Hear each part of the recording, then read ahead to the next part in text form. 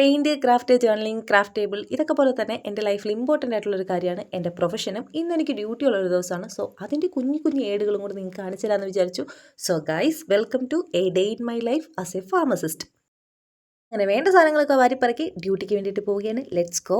ഇന്നത്തെ ഡ്യൂട്ടിയിൽ ഞാൻ ഭയങ്കര എക്സൈറ്റഡ് ആണ്. കാരണം ഇന്ന് ഫുള്ള് എനിക്ക് അൺബോക്സിങ്ങും ഓർഗനൈസിങ്ങും മാത്രമേ ഉള്ളൂ. ഫാർമസിസ്റ്റ് എന്ന് വെച്ചാൽ ഡോക്ടറിൻ്റെ പ്രിസ്ക്രിപ്ഷൻ വായിക്കുക, മെഡിസിൻസ് ഡിസ്പെൻസ് ചെയ്യുക, അത്രയേ ഉള്ളെന്നാണ് പലരും ചിന്തിക്കുന്നത്. പക്ഷേ അങ്ങനെയല്ല കേട്ടോ. നമുക്ക് ഫാർമസിക്കകത്ത് ചെയ്യാൻ വേണ്ടിയിട്ട് ഒരുപാട് പണികളുണ്ട്.